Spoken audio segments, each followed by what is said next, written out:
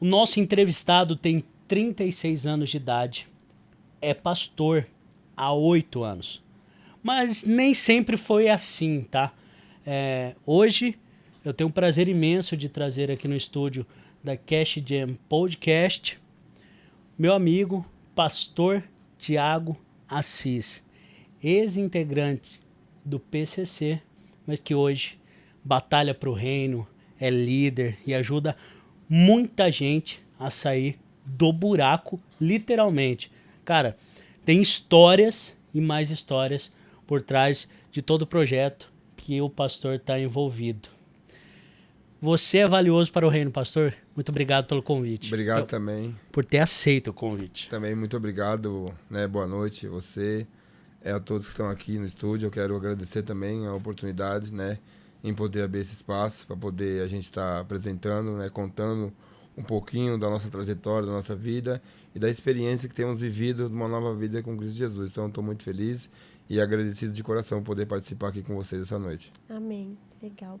Como o Felipe estava falando no começo, o pastor hoje ele faz parte de uma, posso chamar de instituição, Sim, pastor? A instituição, né, que é Remar, que eu fiquei sabendo agora, a gente conversando um pouquinho antes, eu achei que era algo brasileiro, mas não, começou na Espanha, Sim, é isso, pastor? sim. E aí tá espalhado aí em vários países, né, 76. desse mundão, 76 países, que é o projeto Remar, que, em resumo, é um projeto que ajuda dependentes químicos, né, drogas, álcool, mas também tem outro propósito, né, realmente acolhe moradores de rua, esse tipo de coisa, não é isso, pastor? Sim.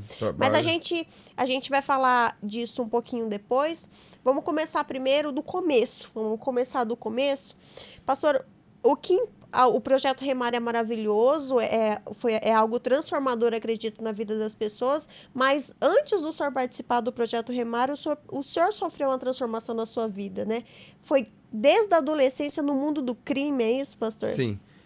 Na verdade, é o seguinte, eu não tinha nenhum motivo, né, na verdade, para poder estar vivendo o que eu vivi outra hora no mundo da marginalidade. Venho de uma família evangélica, meus pais, minha mãe cristão, nasci no berço evangélico, né? No mundo tem muitas pessoas que dizem que filho de crente já nasce perseguido. Então eu também fiz parte dessa estatística. Tem um ditado também, né? Que filho de crente não é neto de Deus, né? Sim, com certeza.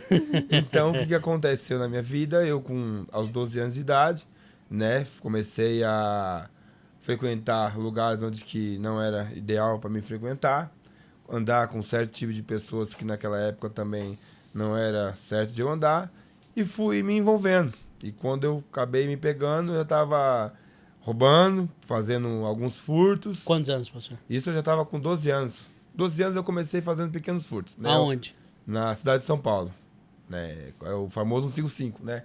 E fala que não dá nada, não dá cadeia, não tem problema nenhum. Ainda mais porque era menor de idade, com né? Com certeza, ainda mais naquela época da antiga FEBEM, né? Que você entrava e saía com pouco tempo, muitas das vezes você não ia nem preso.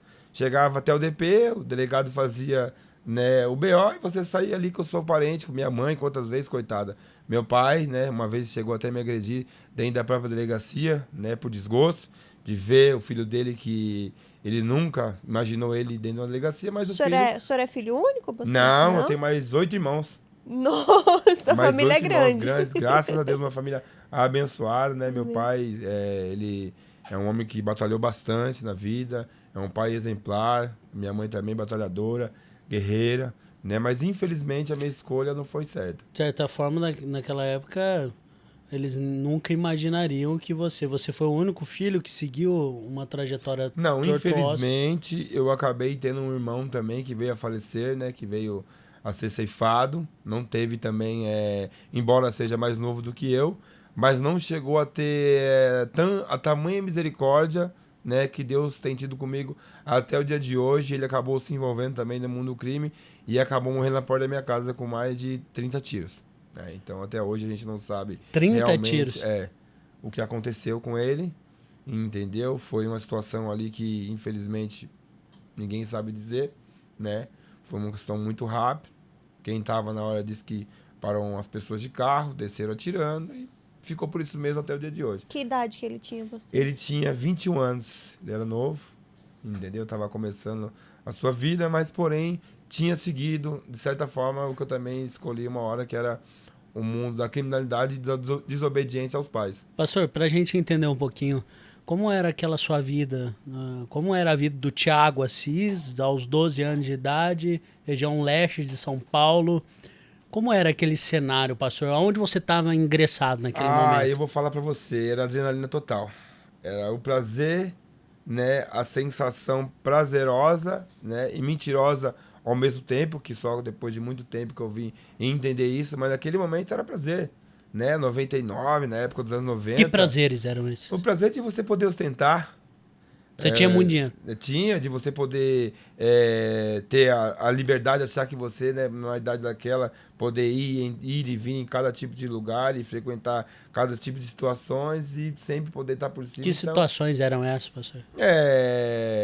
Prostituição, entendeu?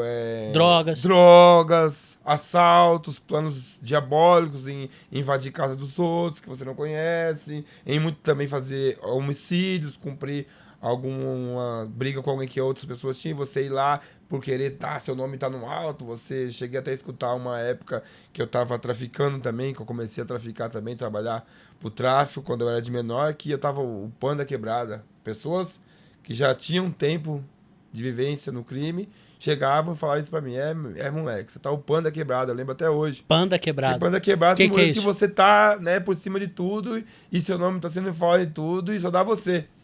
E naquela época você é cego. Quantos anos você tinha? Eu tinha 13 anos já nessa época, né? Um ano depois de ter um ano entrado. depois, já tava Subiu de cargo há 5 anos, né? Rápido. Eu lembro até o dia de hoje, né? Assim, já aproveitando mesmo, que é uma história que eu não tenho pra que mentir e também tenho que falar pra testificar que realmente o que Deus faz na vida do ser humano.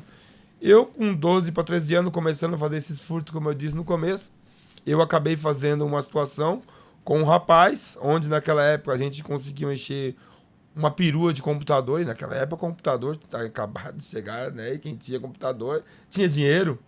Então nós Que ano era mais ou menos? Era 90, 97, 98, né?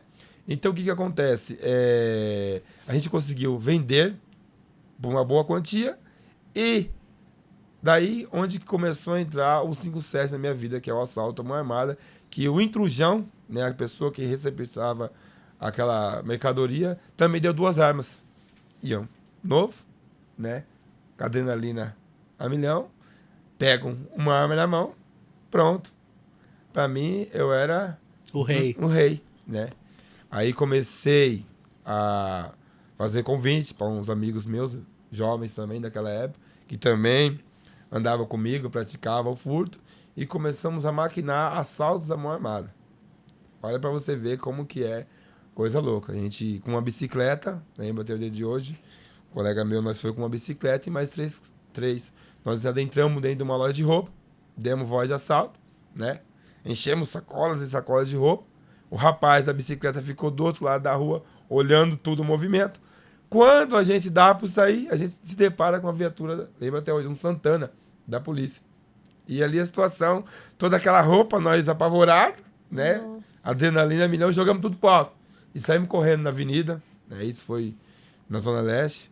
Saímos correndo, eu lembro que eu desci um escadão, o menino da bicicleta foi pro outro lado e o outro menino que tava com a arma pro outro.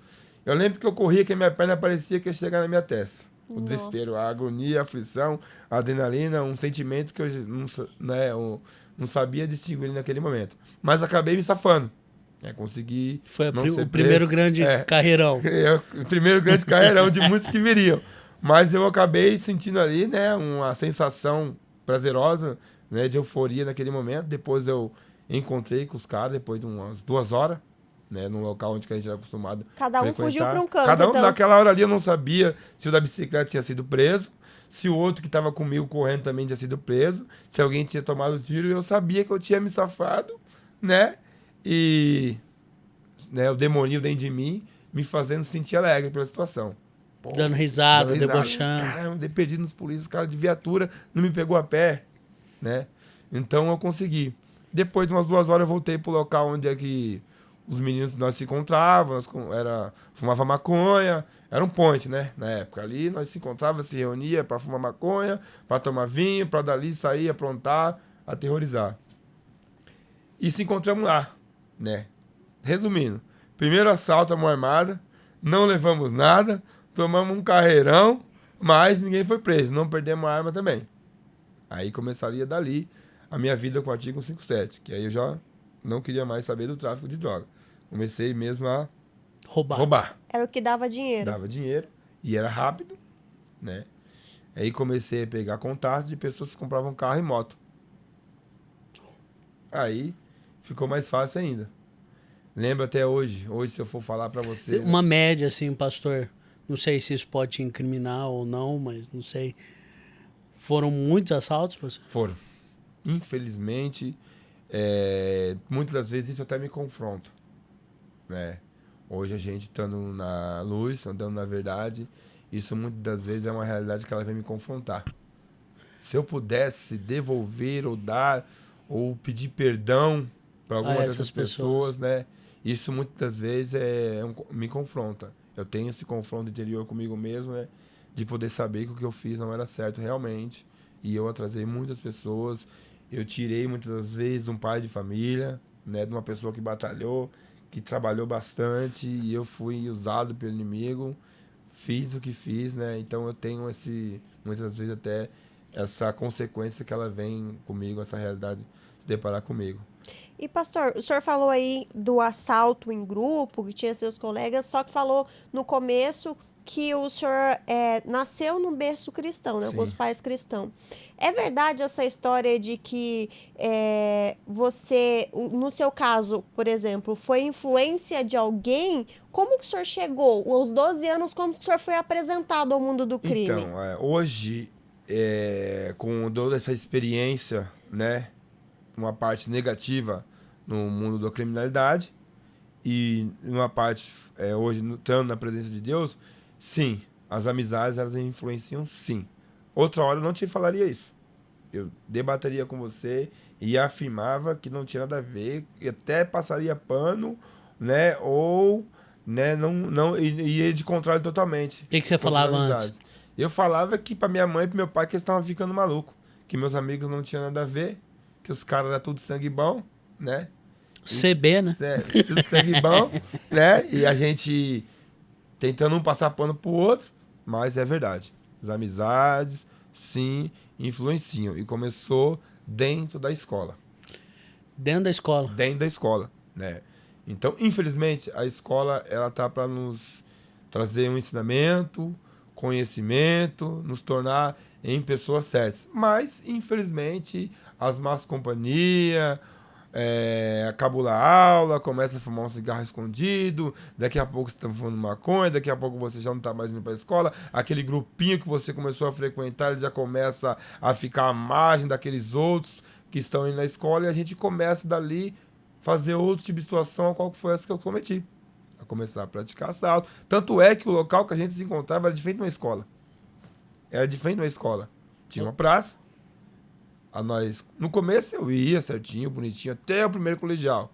Chegou o primeiro colegial, eu parei e encostei. Não consegui mais sair do primeiro colegial. Entendeu? E ali a gente começou essas amizades. E as amizades ela foi fazendo, né? Mesmo eu tendo essas amizades, eu consegui chegar até o primeiro colegial. Mas depois eu já não consegui mais, porque eu já saí da casa da minha mãe e dos meus pais. Novo, minha mãe não aceitou, meu pai também, né? Eles se culpam até hoje também. Eu falo pra eles que eles não têm culpa, né, de eu ter passado tanto sofrimento por eles ter fechado as portas de casa. Pô, você vai pra rua, entendeu? A gente não souberam.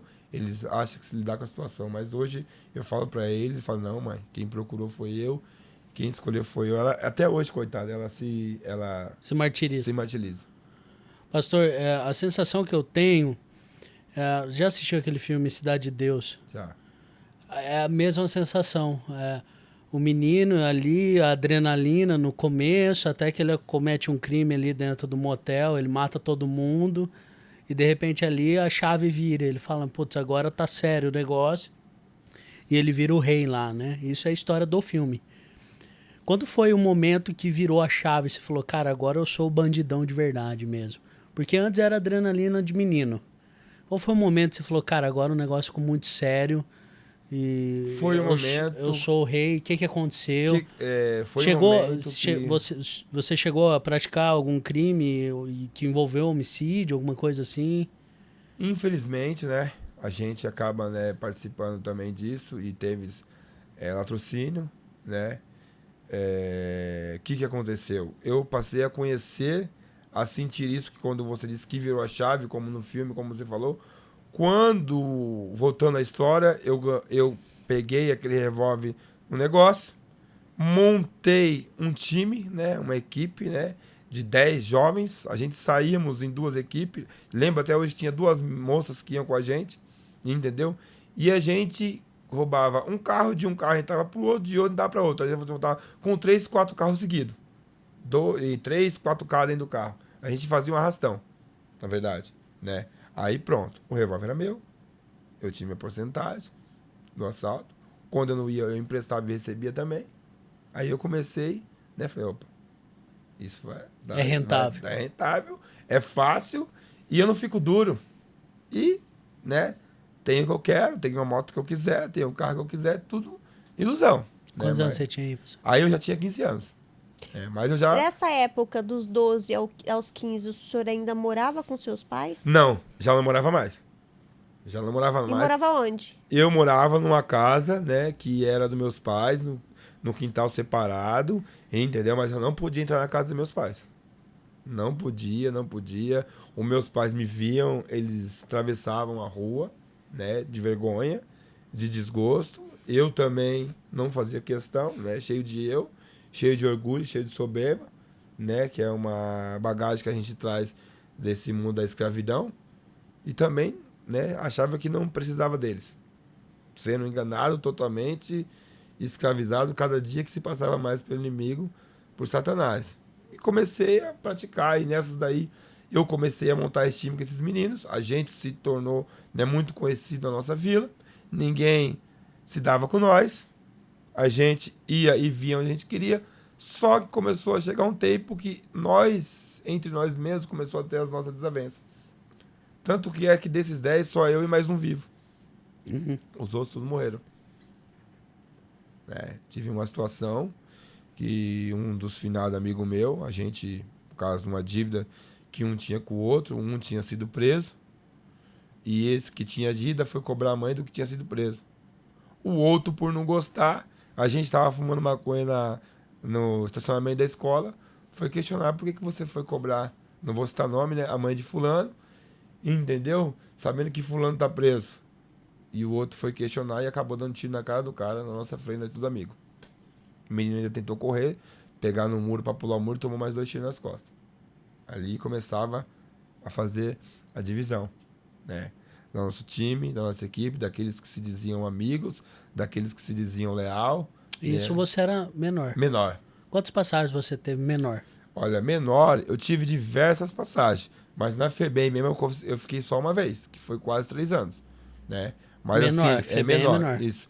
Mas assim, idas para distrito, pego roubando carro, desmontando carro. Com que idade foi a primeira? A primeira foi com 13 anos. Com os 13. Se safou daquela da roupa, mas depois logo foi... Continuei. Um número assim, pastor? 50 passagens? Não chega a tudo isso também não, mas foram bastantes. Entendeu? Agora, assim, eu falando pra você, eu não vou saber dizer verdadeiramente quantos foi. Mas tinha época que eu tava na minha rua, lembro até hoje, tinha um golzinho da preta e branca, da Civil, que os caras não podiam me ver. Os caras me jogavam pra dentro da viatura e me levavam pro DP, querendo caçar alguma coisa comigo, e não caçava nada, deixava o dia inteiro lá e me soltava de noite. Quer dizer, era só pra... Já tava ficando Mas uma já situação... tava conhecido, já né? Tava. Também. Até mesmo porque a gente tinha feito alguns acertos com a polícia e não pagamos. Tá, então mais perseguidos isso ainda. tudo foi seu início no mundo crime. Foi. Aos 18 anos, você então, a gente sabe que a legislação zera, né? Então a pessoa bate os 18 anos, todo aquele crime vai embora, ela não responde, então ela tem uma nova chance ali. Você soube aproveitar essa nova chance, pastor? Não. E aí, você... Infelizmente, não. Daí sua vida foi de mal a pior. Foi de mal a pior. Dos Porque 18. eu conheci a droga, né? Fiquei dependente químico. Do que quê? tipo de droga? Maconha e depois a cocaína, né? Aí a cocaína já me dava aquela sensação do prazer, naquele momento, aquela euforia, né? Alegria, conversava melhor e tal, entendeu? E fui preso, né? Fui preso, fiz um assalto de um carro e acabou que eu fui preso pela Polícia Nacional de São Paulo. Aí que foi a minha primeira passagem como de maior. Só que eu fiquei só 6 meses. Mesmo assim, eu tive sorte. Saí na audiência de custódia e acabei não voltando para responder. Fiquei procurado, né? Fiquei procurado, sabia que estava procurado. Aí, mais uma vez, eu volto lá atrás, no começo. Falei, agora eu vou dar um tempo com o assalto e vou traficar. Fui na favela, entendeu? Conversei com o gerente, tal. Os caras me deu a bolsa de droga, entendeu? Eu comecei a traficar. Só que eu já tinha começado a gostar da cocaína. Então, eu estava traficando para sustentar o meu vício, né? Me viciando demais, entendeu? Usando muita cocaína, passar uma semana virado. Sem comer nada, só cheirando cocaína e tomando cachaça. É uma situação que a gente para pensar e analisar como é que o corpo da gente, do ser humano, ele aguenta todo aquele tipo de situação e de substância que era ingerida e que foi ingerida por mim há muitos anos atrás. E eu comecei a me viciar fortemente na cocaína. Trabalhava, meu plantão era das 9 horas da manhã até as 9 horas da noite, mas o cara das 9 horas da noite não vinha, eu pegava o outro plantão também e já virava até as 9 da manhã. Só ia trocando a mercadoria e passando pro gerente o dinheiro deles, o que era meu já não tinha mais, o meu lucro já ficava tudo na boca mesmo, e continuava ali. Aí os caras veio e conversou comigo, porque os caras tinham consideração também pra gente, falou, você tá demais, meu, pega leve aí, que senão, né, a gente vai ter que te tirar aí, senão vai ficar embaçado pra nós, e os caras não querem ver o seu mal, porque tem consideração por você. E aí eu acabei sendo preso no tráfico, de madrugada, 2 horas da manhã. Era no morro lá, no lugar? Na comunidade? Eu fui preso por policiais apaisanos. Se você falar pra mim ali naquela situação, como as pessoas chegou em mim, primeiro veio uma moça, trocou um celular comigo, queria uma pedra de carro que eu dei. Quando eu guardei o celular, veio mais 2 caras e me abordou. E a moça era policial também. Então ele só tava esperando pra dar o bote. E aí? Aí eu fui preso. Né, no tráfico. Fui parar no CDP de Mauá, no ABC, e fiquei ali um tempo preso, né?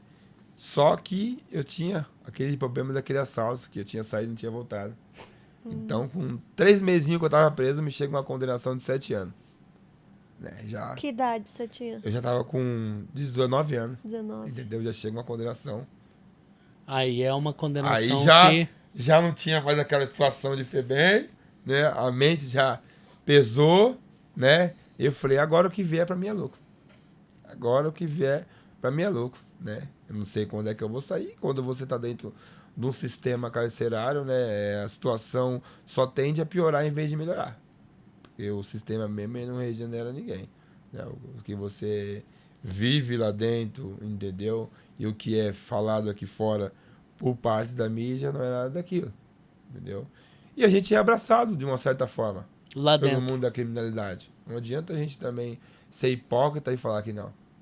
A gente chegou a ter uma conversa e você falou, cara, se o mundo fosse tão bem organizado quanto o crime talvez seria um mundo melhor. Com certeza, porque todos sabem disso. Se a gente for algum tempo atrás, se você falasse o que eu vou falar aqui agora, até você mesmo no seu canal, você correria risco, como eu também, né? Mas todos sabem que a criminalidade, a facção que predomina no estado de São Paulo, ela realmente sim, entendeu? Ela realmente cresceu, tem crescido e ela fez por onde crescer, e a inteligência fez com que atravessasse fronteiras, né? E nós que estamos lá dentro também, de certa forma, fomos abraçados por eles, né? Iniciava ali, então, nessa época ali, aos 18, 19 anos, você estava... Foram 7 anos de condenação ali, começou o seu início. Então me conta agora um novo cenário, né? A gente precisa contextualizar que o pastor Assis estava preso dentro de um presídio de segurança máxima. E como que foi então ali o início, os primeiros contatos com a facção? Por que ela seduz tanto? Por que a pessoa não consegue falar não ou consegue, se isso é um mito? Se tem uma pressão, se não existe, como que funciona isso? Então, pressão não existe, né? Pressão, a única pressão que tem é do sistema, né? Que é a opressão, não é nem pressão. Sistema Agora, se fala sistema, polícia, governo, né?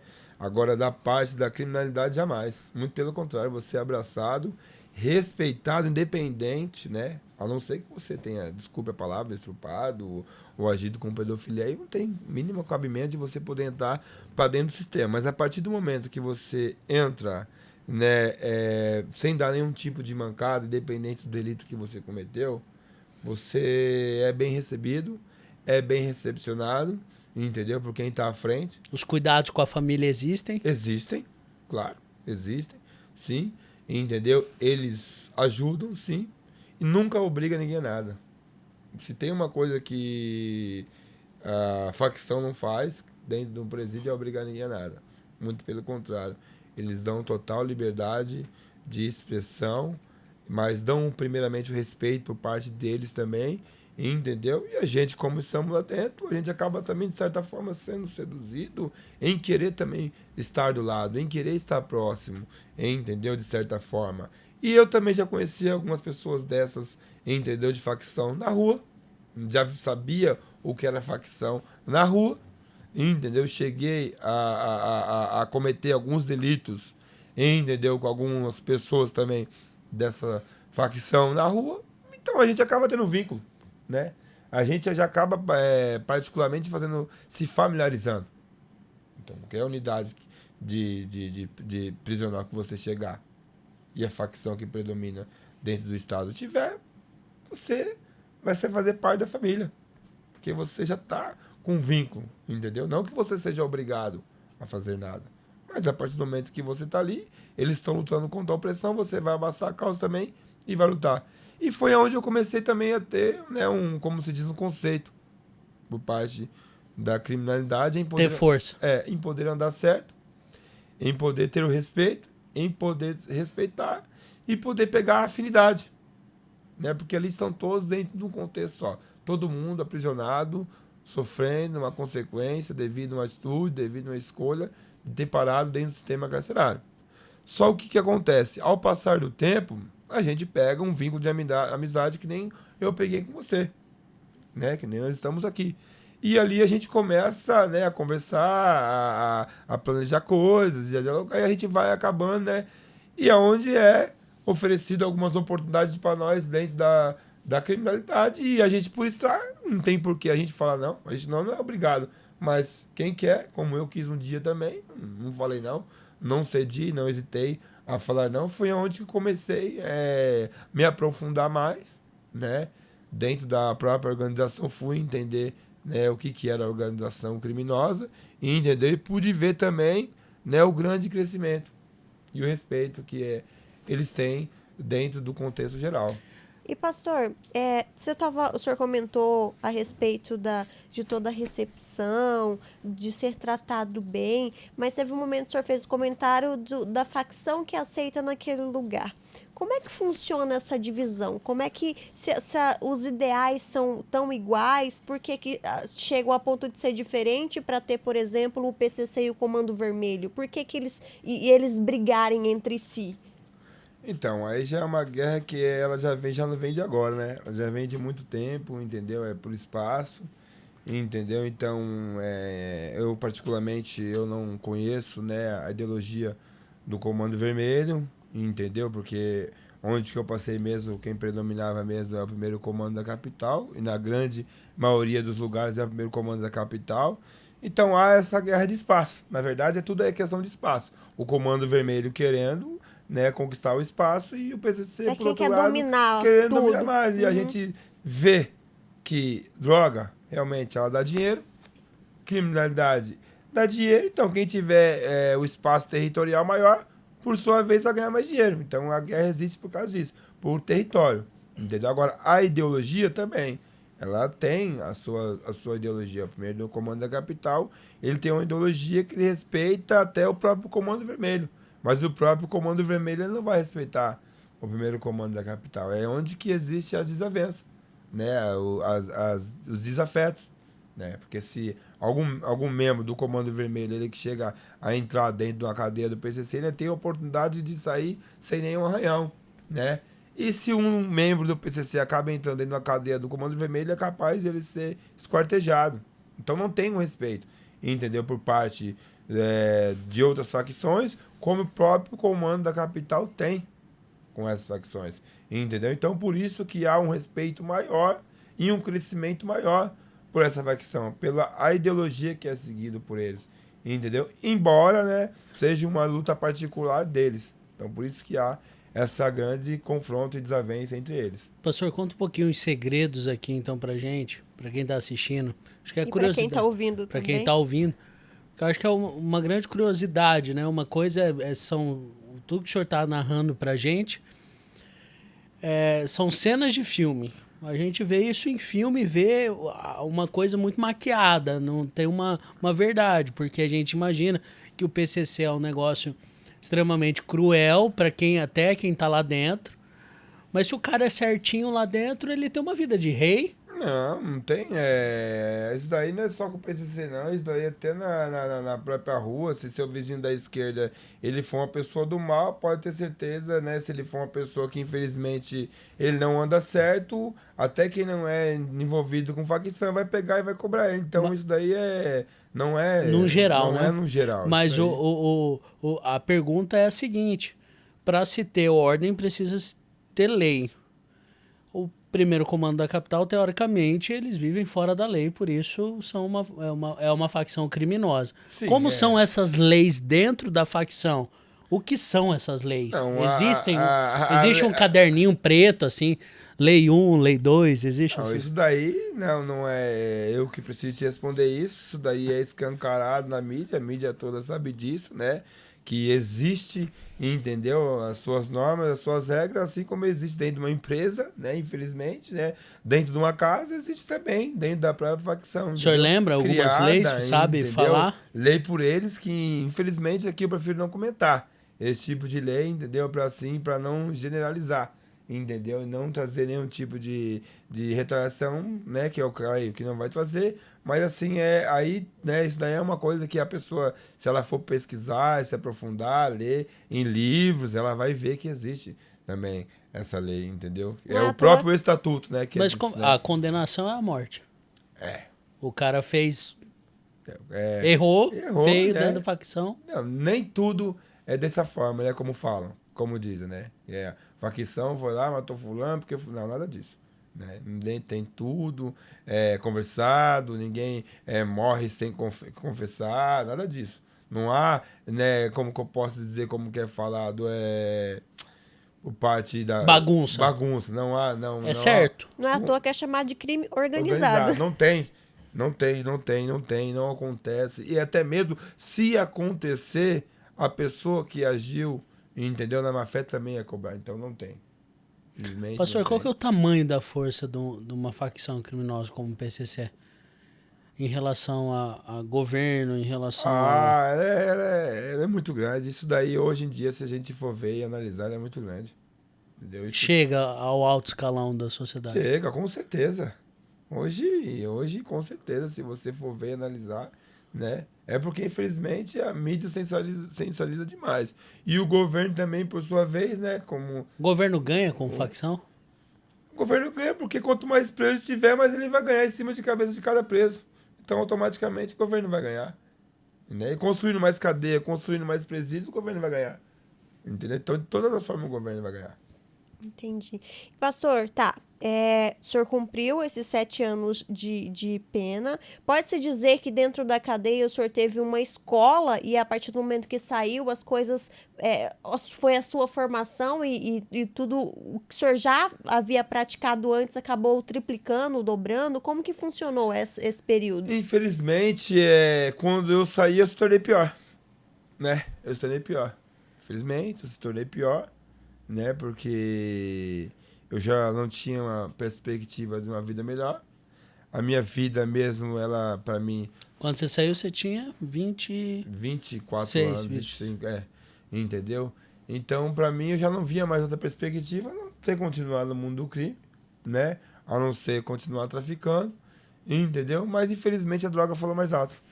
A dependência química, por sua vez, ela falou mais alto, onde veio trazendo uma grande destruição para minha vida, né? Fazendo com que todo o respeito que eu tinha outra hora, que toda a dignidade que eu tinha outra hora e minha identidade fosse perdida. Né? Aí, onde começa a minha decadência total. É onde que eu vou parar que nem um cracudo, como dizem hoje, né? Morando na Um rua. noia, né? Falar o português mesmo, que também não adianta a gente pintar a história bonita aqui e não falar o que é verdade e o que é a realidade. Sim, né? A ficar na rua, entendeu? Não por falta de oportunidade, mas por escolha e pela dependência química ter se tornado tão forte sobre minha vida. Então, hoje a gente também vê pessoas, né? Eu acho que tem muitas famílias que vão estar assistindo, que podem ter esse tipo de problema dentro da família na área dos vícios, dependência química particularmente, e alcoólica, onde que as pessoas acham que muitas das vezes a pessoa ela tá ali e não consegue sair porque ela é fraca. Mas, infelizmente, a dependência é devastadora. E eu, particularmente, eu me tornei um nóia, eu perdi todo o respeito que eu tinha na criminalidade, entendeu? Eu fiquei à margem da sociedade, eu comecei a revirar lixo. Até mesmo o crime que acolheu o senhor não quis saber do Claro, senhor. não, porque como? As minhas atitudes já não eram mais a mesma, porque a droga falava mais alto. A escolha, até a adrenalina que eu gostava de sentir, a apetite que eu sentia outra hora de roubar, já não tinha mais. Eu tinha prazer, apetite em adrenalina de fazer o que for para se drogar. Tamanha foi a dependência química que tomou conta de mim. Você chegou a usar crack? Crack. Cocaína. Aí quando eu conheci o crack foi o pior. Quando eu conheci o crack foi pior. Tem um ditado que eu escutei dentro da cadeia que, né, é uma verdade, se você for ver. O diabo inventou o crack. Se ele tivesse fumado, até o inferno tinha vendido. Porque é uma droga que, infelizmente, mesmo hoje a gente vê a sociedade, a gente vê famílias sendo destruídas, a gente vê vidas sendo perdidas, onde que realmente ela é muito forte e devastadora. E isso veio acontecer comigo e eu senti isso na minha pele. Eu já não tinha mais esperança de hoje poder estar vivo aqui falando com vocês, de poder estar limpo há tantos anos que nem eu tô, de poder ter uma família, de poder andar dignamente, de poder andar com dinheiro, de poder ter responsabilidade, porque a droga e o crack tirou tudo isso de mim. Pastor, o que mais te machuca quando você lembra desse momento? Qual foi o momento ali que você percebeu e falou, cara, você se olha pra trás e lembra dessa cena e fala, cara, como que eu Lembro. pude fazer isso? Lembro. O que foi? Quando me pega, me dói, irmão, pra te falar a verdade, é quando eu tô passando de carro ou eu estou passando a pé, quando eu vejo uma pessoa como eu era outra hora, no mundo da drogadição. Uma pessoa magra, uma pessoa suja, ou uma pessoa zumbi, feio, né? Aquilo ali também confronta muito eu. Mas como que eu fui fazer isso? Como que eu cheguei nesse... Eu me vergonho de mim mesmo, né? Por um momento. Por quê? Por ter vivido e estado naquela mesma condição. Por não Você ter tem dado... mais vergonha disso do que quando você estava no crime? De tudo. De tudo. Porque a minha família, hoje, na consciência que eu tenho, né? E na verdade que eu sigo, não me criou para isso. E eu não tive nenhum exemplo dentro de casa, de pai, de mãe, ou de parentes, que pudesse me levar tanto para o mundo do crime, entendeu? E depois ter conhecido a droga. Então isso dentro de mim foi uma escolha minha, que trouxe uma consequência devastadora. De certa forma, você é pai de 3. 3 filhos. Tem um filho, Uhum. né, que foi fruto de um relacionamento, né, a qual uma moça que era uma namorada minha que me ajudou muito também na época de FEBEM, né, ela primeira namorada, a gente acabou tendo se relacionando e ela ficando grávida, só que a família dela não aceitava a vida que eu vivia e optou por ela. Ou você vem com a gente e deixa esse rapaz, ou você vai viver a sua vida. Hoje você tem contato com ele? Tenho. Meu filho com 15 anos, eu fui obrigado a sentar com ele, conversar com ele e pedir perdão para ele. Né? Como que foi esse momento? Esse momento, na verdade, eu vim me relutando e orando a Deus e pedindo, né, a sabedoria para Deus, para que no tempo certo eu pudesse conversar com ele. Porque eu queria, né, ter sido um pai presente, mas acabei sendo um pai ausente, um mau exemplo por muito tempo, né? Eu acho que ele hoje já não pode dizer isso, mas por um grande tempo eu acho que ele tinha vergonha, né? Como a mãe dele também, a família da mãe dele, até minha própria família, tinha vergonha de falar que eu era algum parente deles. E eu, depois de quase 15 anos, eu tive essa oportunidade de um dia ter ido na casa dos meus pais. Como ele frequenta lá, graças a Deus, esse vínculo assim de família ele nunca perdeu. Ele sempre esteve lá, a minha mãe ajudava como podia, meus pais, mas eu sempre ausente. Eu chamei ele para conversar, né? O nome dele é Lucas. Eu falei, eu preciso conversar com você como pai, como amigo, né? E eu vou estar aberto a escutar de você do que você tiver que falar para mim. Mas antes de tudo eu quero te pedir perdão pela minha ausência, por ter sido quem eu fui, que você sabe, né? Ele não me respondeu nada, ele me deu um abraço, né? Eu estava ali preparado também, sinceramente, de poder ter escutado algumas palavras brandas e duras, porque um garoto de 15 anos hoje, no mundo ao qual vivemos, ele tem uma sabedoria, né? Muito mais dobrada daquela que eu tinha outra hora na minha idade, né? E eu já estava preparado a escutar umas palavras brandas e duras, ou até mesmo não querer nem conversa com ele, mas graças à misericórdia de Deus, até isso também Deus me presenteou, restaurou, de eu ter podido chegar e ter feito esse papel com ele, e hoje está podendo ser um exemplo também. Você tem mais duas filhas? Duas filhas, graças a Deus. Essas duas filhas minhas... Não conheceram esse seu lado do pai antes? Não, uma foi feita na prisão, né? A mais velha, Ana Vitória. Lá em Juqueirópolis. Quantos anos? Lá na 018. Oi? Ela tem 8 anos. 8 anos. 8 anos. Mas aí ali, você já estava convertido? Não. Ela quando, na verdade, quando ela nasceu, a minha esposa ficou grávida, eu tava já terminando a minha pena. Então, assim, ela foi uma vez só, até bebezinha, a minha esposa levou ela lá, primeira visita, depois de... E aí depois você saiu da cadeia que você se afundou nas drogas? Se afundei nas drogas. Quase que acontece a mesma história com o Lucas ia acontecer com a Ana Vitória e com a Ana Clara, né? Na minha vida por causa da dependência. Que realmente eu fiquei... Hoje eu tenho 99 quilos e eu cheguei a pesar 56 quilos, parecendo um aidético, né? Uma pessoa que se olhava no espelho, tinha medo de si mesmo. E você é alto? Sou alto, uma pessoa da minha altura, 1,80? com 56, 1,81. 1,81. Da minha altura, com 56 quilos, é uma ideia de fase terminal. É uma ideia de fase terminal. Né?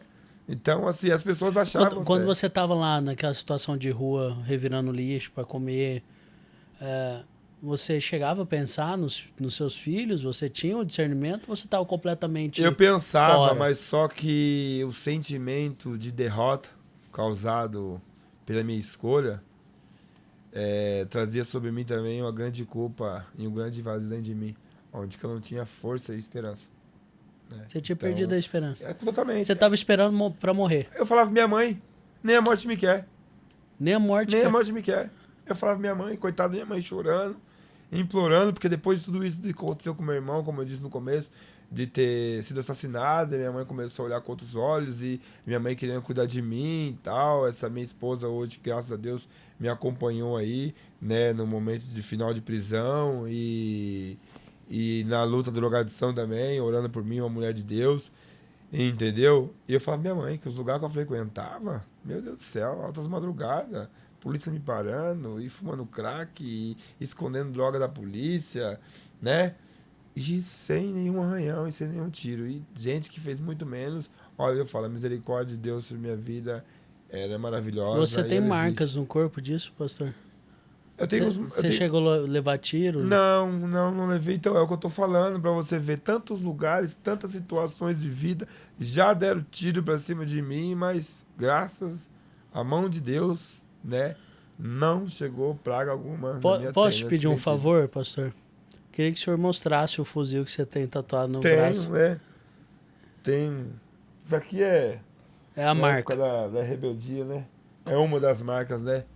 Na época da rebeldia, né? A apologia ao crime, a ideologia seguida pelo crime, eu fiz essa tatuagem, né? Mas hoje eu me arrependo, embora não tem como tirar, eu também, né? Isso só para testificar, testemunhar o que Deus fez na minha vida. Então, a dependência química, ela fez uma grande destruição na minha vida mesmo. Os meus vizinhos hoje, quando me vê, Não acredito. não acreditam. Hoje eu tenho oportunidade já de cuidar de vizinhos meus, de filhos de vizinhos meus que me apontavam, que me criticavam, que logo, logo você vai escutar a morte a notícia que morreu também. E hoje liga, filho do meu filho está numa situação que nem a sua e tal. Então, a motivação hoje na minha vida é muito maior, graças a Deus também, né?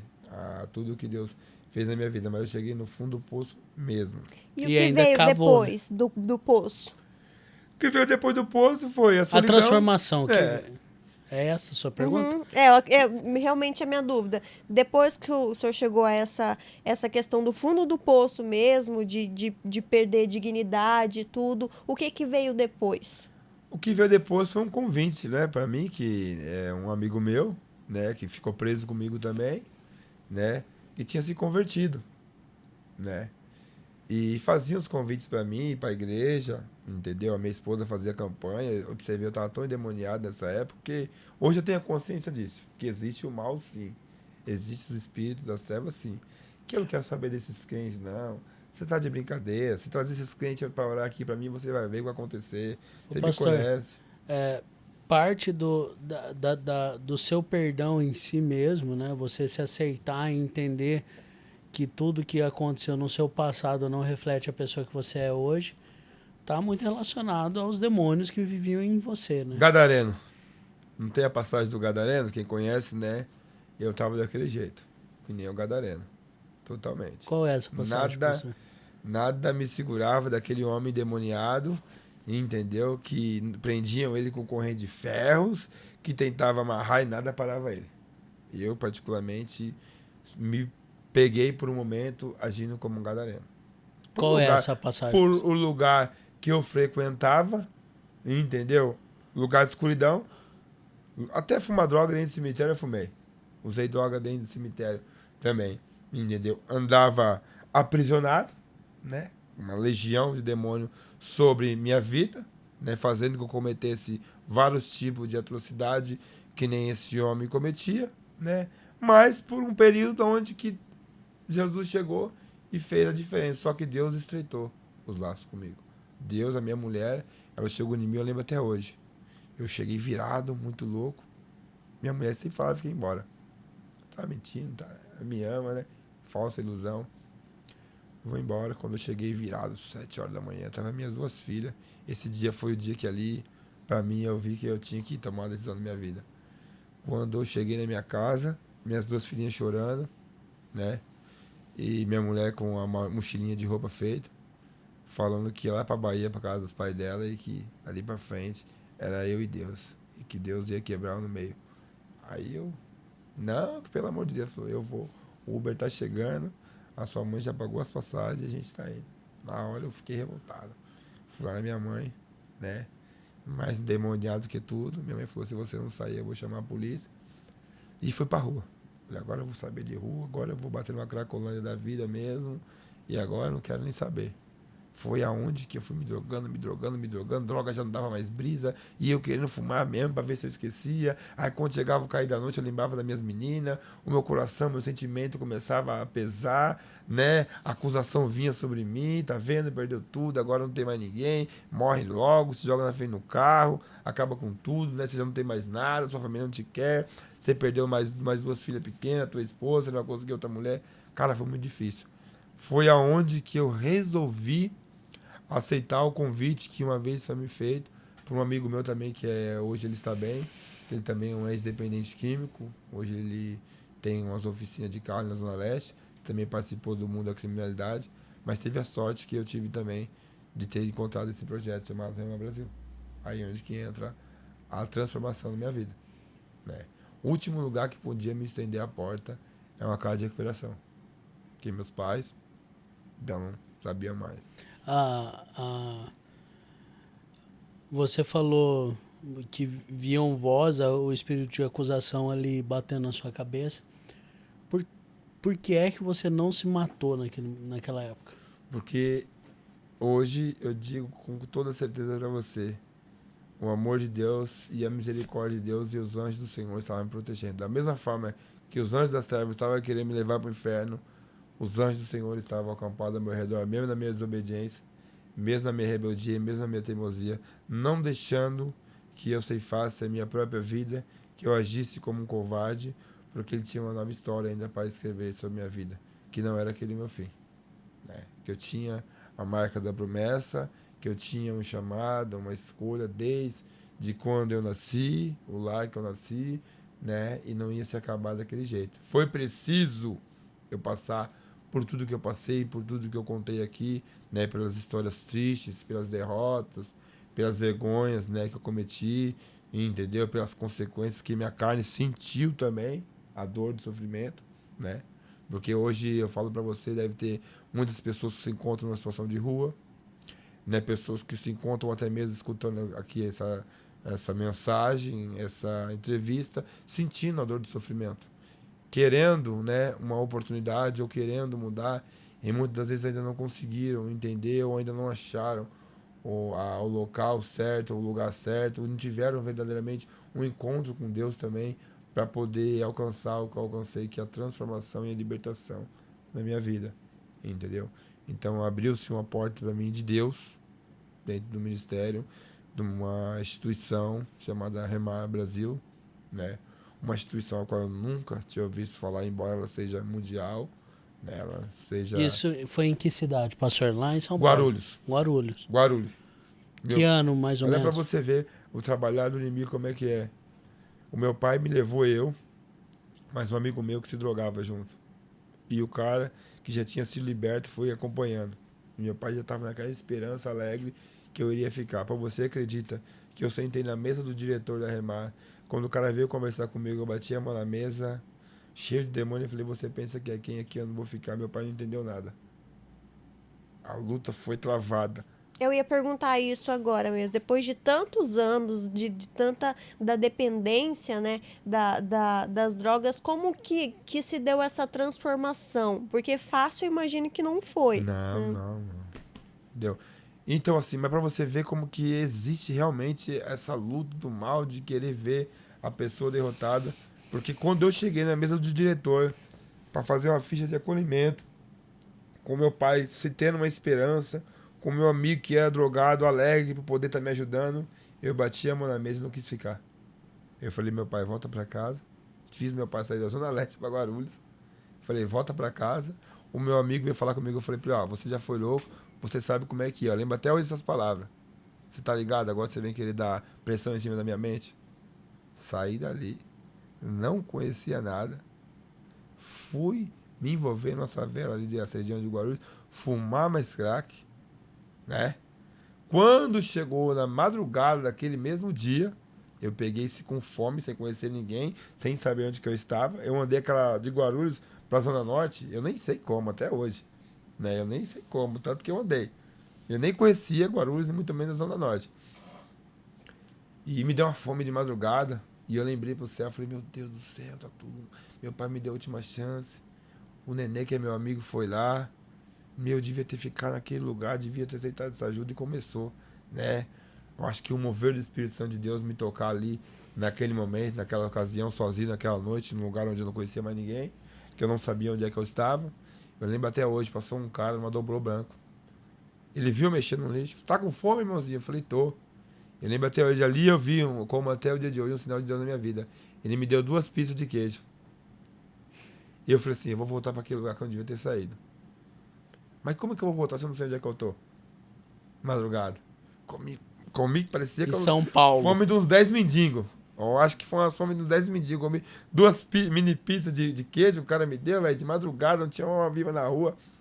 Fui andando, lembrando os locais que eu tinha passado. Fui andando, não sei que eu saí lá na Fernão Dias. Era umas 5 horas da manhã. Um cara bombado, indo trabalhar, musculoso. Eu perguntei pra ele de onde que era Remar. O cara me explicou mais ou menos. Eu cheguei, tava fechado. E na rua de trás tinha um sofá. Aí eu falei, eu vou esperar abrir, né? O corpo estagnado, o corpo massacrado, o corpo fraco, debilitado. Eu deitei naquele sofá. Depois eu fui acordar 1 hora da tarde, que eu só achando. Cheguei 5 horas da manhã, fui acordar 1 hora da tarde, com o sol rachando. Quando eu olhei, falei, o sol rachando, meu corpo todo sujo. Eu olhei, falei, vou quebrar todo o meu orgulho, vai ser agora meu eu, e eu vou lá me humilhar. E fui lá, né? E o diretor, graças a Deus, o irmão William, né? Um homem de Deus ali, naquele momento, me abraçou novamente, mesmo vendo a rebeldia que eu tinha tido horas antes, né? Me acolheu, entendeu? E dali eu fui para uma unidade terapêutica deles, em Jacareí, né? Um sítio muito bonito, fui bem recebido ali naquele sítio. E ali começaram a ministrar, falaram testemunho de pessoas que tinham alcançado a libertação, né? Sem precisar tomar nenhum tipo de remédio, porque eu era contra qualquer tipo de tratamento com remédio, como eu sou até hoje. Não tem eficácia nenhuma. Se tivesse, eu tinha tomado e não tinha precisado passar por tudo que eu passei. Que idade o senhor tinha, pastor? Eu tinha ali 28 anos, 28 anos, 28 para 29 anos eu tinha quando aconteceu essa situação. E eu cheguei num sítio, né? Ainda muito debilitado, muito fraco, né? Ainda meio sem entender o que era uma comunidade terapêutica, porque eu nunca tinha ficado internado, né? Na minha mente, eu achava que quem estava ali era só nóia, eu era o mais nóia de todos e não se colocava na realidade, né? Mas chegando lá, fiquei uns 10 dias sem conversar com quase ninguém, porque tava eu tendo meus confrontos, meus conflitos, vou, não vou, fico, não fico, né? Desisto, não desisto, eu cheguei até aqui, tendo o confronto anterior. E todo dia, né, com graças a Deus, até o dia de hoje, tem logo cedo os devocionais diários, é ministrado uma palavra, é falado ensinamentos bíblicos para os jovens, né, como foi falado para mim ali. E eu falei assim, caramba. Aí comecei a fazer uma reflexão, uma autoanálise. Minha mãe sempre orou a Deus pela igreja. Eu acho que eu estou vivo até hoje por causa da oração dela. Meu pai sempre quis me levar para a igreja. Tanta gente na rua, na loucura que eu tava, parava, falava que Deus tinha um plano na minha vida. Eu já perdi tudo. Eu já não tenho mais nada. A minha mulher, né, que era a única esperança que eu tinha, que me ajudava, mesmo nas minhas loucuras, né, tadinha. Foi Sua embora mulher pra Bahia. era envolvida com Não. droga? Nunca foi? Nunca foi, graças a Deus. Fui pra Bahia. Então é o seguinte, eu vou fazer um propósito com esse Deus que eles falam aí, vamos ver o que vai acontecer na minha vida. Sem ninguém saber, só eu e Deus. Tô falando isso hoje, depois de muitos anos, né? Que foi uma experiência real que eu tive mesmo e eu pude passar a entender que dali para frente, sim, teria uma esperança para mim, que realmente eu poderia ser uma nova pessoa, que eu poderia ser transformado, que poderia escrever uma nova história, como tem sido escrito até o dia de hoje na minha vida. O que eu fiz? Eu comecei a fazer propósitos que eles ensinavam, o jejum, a oração de madrugada, você ler uma Bíblia e tal. E fui começando a pegar gosto. Aí o espírito mal foi se afastando, né? Eu estava tendo a cobertura espiritual, todo um tratamento, né? Que é oferecido, psicológico também, social, entendeu? Ministrado ali dentro daquele sítio. A minha vida começa a mudar ali grandiosamente. Tive, graças a Deus, Deus preparou tudo, monitores, homens usados por Deus também, pastores ali que estavam para me dar as palavras certas, os conselhos certos diante da palavra de Deus, nos momentos de mais necessidade. E eu comecei a fazer alguns propósitos com Deus, né? Eu lembro que lá tinha dia de ligação, né? Depois de 15 dias, o acolhido ele pode receber ligação. E todo mundo recebia ligação, a grande maioria. E eu lá quieto, não falei, ixi, não seria o nome da minha mãe e do meu pai. Meu pai eu acho que nem sabe que eu tô internado, acho que eu tô morto ou preso, né? Porque eu fui embora. Entendeu? Não, deixa como tá. Vou buscar atrás de ninguém, não. Isso depois de quanto tempo? Depois que eu tava internado, no primeiro mês, né? No primeiro mês que eu fui internado, que eu fui lá procurar ajuda, né? Graças a Deus, a Remar abriu essa porta pra mim e tem aberto até o dia de hoje. E eu comecei a fazer uns propósitos. E pedi um sinal pra Deus, né? Da minha mulher. Né? Falei, não, essa mulher, ela tô comigo pra caramba. Não é justo isso. Eu vou orar pra ver dessa mulher. Deus que é apresentado aqui, fala que transforma, que liberta, que devolve casamento perdido, eu vou fazer campanha, eu vou buscar, primeiro vou buscar minha libertação, né? E eu já falei lá, com 3 meses que eu tava lá, já se passaram 3 meses, eu já tava mais forte, mais bonito, mais cheio de esperança, né? Vivendo o primeiro amor com Cristo Jesus. E eu fui pedir para me batizar. Eu mesmo cheguei e tal, falei, eu quero me batizar. O cara falou, mas você quer se batizar? Você desse convite disso? Eu falei, sim. E eu não quero mais ser o que eu era. Todo mundo aqui fala que Jesus fez isso, curou cego, curou mulher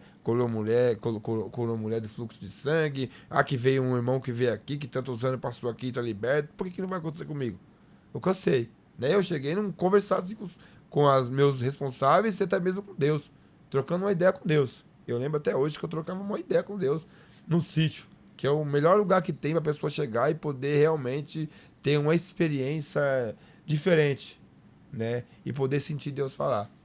Foi aonde que acendeu dentro de mim uma esperança, uma sede, um desejo de dali para frente não ser mais quem eu fui e nem pensar em ser mais quem eu era, mas viver dali para frente uma vida com Deus. Fiz um propósito com Deus. Senhor, se realmente o Senhor tem um chamado na minha vida, se realmente o Senhor tem um propósito comigo, o Senhor me dá um sinal. Com 5 meses, eu me tornei monitor daquele sítio. Eu falei, é um sinal de Deus que não é para me sair daqui. Então, eu tenho que ficar quieto aqui, né? Fiquei ali 5 meses, e nada de conversa com ninguém. E nem uma resposta de mulher. Falei, mas tá na mão de Deus. E saiu um, e saiu outro, e outros são abençoados, e a família do outro liga, e eu perseverante, cheio de esperança, né? Sendo ministrado constantemente. Depois de 1 ano e 3 meses, essa minha mulher me liga, lá da Bahia. Né? Recebi uma ligação, não sei nem como ela conseguiu aquele número, né? Recebi uma ligação, o cara me falou, vem cá, tá. Tem uma pessoa querendo falar com você aqui. Eu falei, comigo? Eu já tinha até esquecido de família, pra falar a verdade. Tá tão envolvido com o projeto, com Deus, que nem, né? Eu tava só orando. Claro, eu orava pela minha mãe, pelo meu pai, pelos meus irmãos, pedia perdão dos meus pecados, mas orava também em favor da minha família. Essa minha mulher me liga, feliz, né? Eu não era casado. Feliz, entendeu? Pela atitude que eu tinha tomado, pela decisão que eu tinha tomado. E eu lembro até hoje a palavra que eu falei pra ela, olha, hoje eu recebi um sinal de Deus na minha vida. Ela falou qual? Eu falei, eu tô todo esse tempo aqui sem contato da minha mãe, do meu pai, e até mesmo com você tá na Bahia, você ligou para saber de mim, eu tenho certeza que é Deus que tá me dando essa oportunidade, eu quero saber de você se você vai me dar uma oportunidade também. Ela falou, se eu te der oportunidade diversa na vida que você tava, quem dirá agora servindo a Deus? E ela falou, eu vou te dar essa oportunidade. Aí eu falei, já tô com 1 ano e pouco, então eu vou sair, né, da instituição. Cumpri um tratamento que é estipulado 6 meses a 1 ano. Já cumpri 1 ano e 3 meses. Cheguei, meus responsáveis, meu pastor Paulo de Andrade, né? E falei pra ele, né, que eu tinha esposa, tinha as filhas, minha mulher tinha me perdoado. Aí o pastor falou, você não pode sair. Né? Eu falei, como é que eu não posso sair? Eu tô 1 ano e 3 meses. Não fumei, não bebi, não me prostituí. Como é que eu não posso sair ficando minha mãe, né? Perigosa. Você tem um perfil, entendeu? Um chamado de Deus, a Remar, além de ela oferecer ajuda para a dependência química, ela também oferece o programa para casais, para blindar o casamento. Como você, né, acabou de sair da drogadição, já tem um tempo limpo. Por que você não ora a Deus e faz o convite para tua esposa para ela vir para o programa de casais? Só que no momento você não vai poder ficar com ela, mas ela vindo, no primeiro mês eu caso vocês no papel, a gente faz uma festa e diante de Deus e dos homens você vai começar a dar certo. E ela orou e ela veio, entendeu? Deus preparou tudo, preparou passagem da Bahia para minha filha, para minha esposa, que não eram baratos na época. Ela veio. Com 1 mês que ela veio, eu me casei, né? Graças a Deus. A Remar me proporcionou isso, um casamento também. Né? Eu casei com a minha esposa, né? Tive acertado tudo certinho diante da lei dos homens, da lei de Deus. E já comecei a viver diferente. Comecei a olhar para o projeto com os olhos. Eu já não falei, já que minha esposa está aqui e eu estou aqui, a minha filha está aqui, não me falta nada, tem tudo do bem e do melhor, eu vou orar a Deus para ver se realmente eu passo um tempo com ela ou continuo no projeto. Já estamos se estendendo para 9 anos. Hoje eu sou pastor, né? Sou diretor técnico também da instituição do estado de Londrina, né? Já fui diretor de outras unidades da Remar em São Paulo, Rio de Janeiro, fiquei um tempo ali no Complexo da Maré, também no Complexo de Favela, também. Representando a Remar, tive a oportunidade de ir tendo, de ajudar muitas pessoas que necessitam também. Vizinhos meus se encontram internados, né, aqui no estado de Londrina, lá de São Paulo, que eu consegui trazer pessoas que outra hora usavam droga comigo. Hoje eu tenho a oportunidade de poder cuidar da vida deles e sou muito grato a Deus, na verdade, por tudo que Deus tem feito, né, por não ter deixado eu ter sido a sepultura, né, e por ter me dado a esperança de cada dia eu poder escrever uma história diferente e poder ajudar o meu próximo. Aqui em Londrina o senhor está há quanto tempo? Aqui em Londrina vai fazer 1 ano. Ah, tem menos tempo. Tem menos tempo Aí, aqui em em Londrina. São Paulo, Rio de Janeiro, o Rio senhor de falou... Janeiro, é. E como que funciona essa questão da Remar? Eu sei que o dependente químico ele é enviado de um estado para outro, de uma cidade para outra, é isso? Sim, é uma metodologia de trabalho oferecida pela Remar, porque o que acontece? Eu tô aqui em Londrina, eu conheço tudo, infelizmente, né? Meus locais onde eu me drogo, né? Eu tô dando analogia. Os locais de fácil acesso para poder conseguir as coisas mais fácil. Então eu estando um pouquinho mais longe, não que eu não vou poder desistir também, mas eu penso e repenso 2 vezes antes de tomar uma decisão equivocada de abortar meu tratamento. Então esse é o diferencial da Remar. Ela oferece essa condição muitas das vezes a custo zero para a pessoa, né? Porque a grande maioria das pessoas que se encontram dentro do projeto, 90% são pessoas que já não tinham mais família, pessoas que a família já não queria saber mais, que estavam numa sarjeta. Tinha mais documento? Nada. Entendeu? E a Remar, do mesmo jeito que fez comigo, oferece, né? Essa ajuda. O tratamento ele funciona como, pastor, o procedimento lá dentro, então eu chego lá todo debilitado, sem perspectiva nenhuma de vida. Como funciona o tratamento da Remar no início, o processo? Você pode falar um pouquinho? São 3 fases, né? A primeira fase é o seguinte, é a fase inicial, que é o acolhimento, né? A pessoa ela tem que querer. Não se pode, o tratamento da Remar é voluntário, não é involuntário.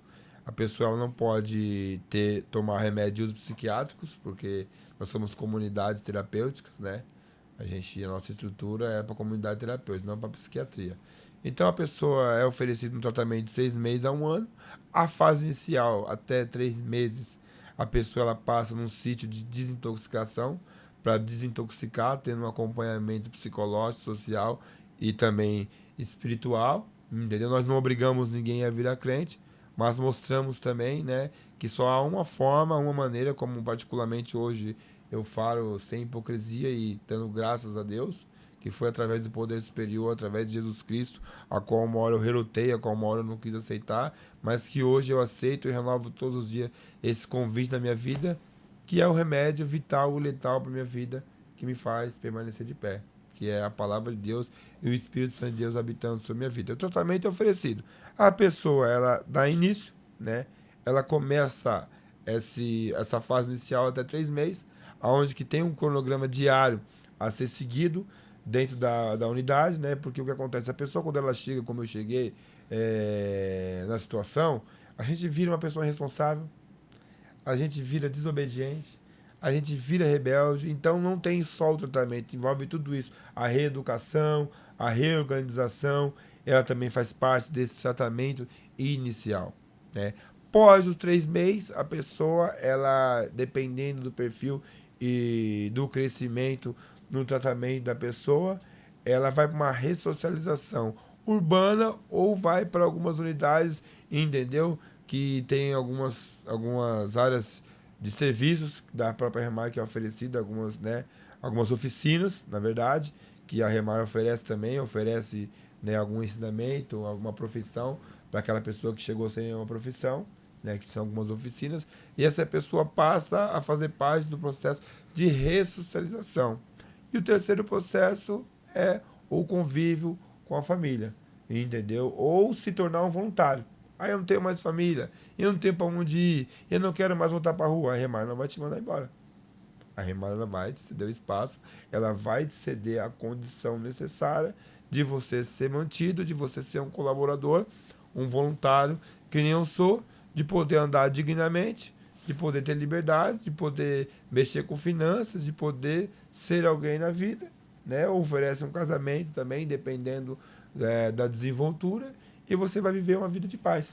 Hoje você recebe salário para estar na Remar? Não, eu sou voluntariado.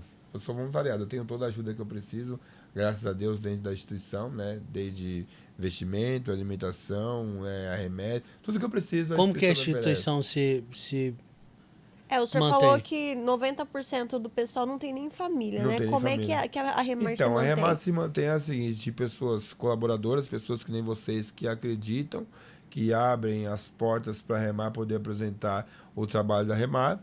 A Remar tem alguns trabalhos sociais, que é o Pedágio Solidário, não sei se vocês já chegaram a ver, que é os meninos que vendem lixeirinhas e chaveirinhos e panfletam nos sinaleiros, divulgando o trabalho da Remar. Através daquele trabalho é levantado algum tipo de renda, através dos bazares solidários também, que é feito dentro da própria instituição, através das arrecadações das pessoas que arrecadam e de doadores, né, de pessoas que têm o coração voltado a ajudar, entendeu? E a Remar ela não é uma ONG que ela não tem ajuda nenhuma do governo, né? Graças a Deus não nos falta nada pra gente. Temos o apoio do Rotary Club, né, que é uma empresa muito grande, legal. entendeu?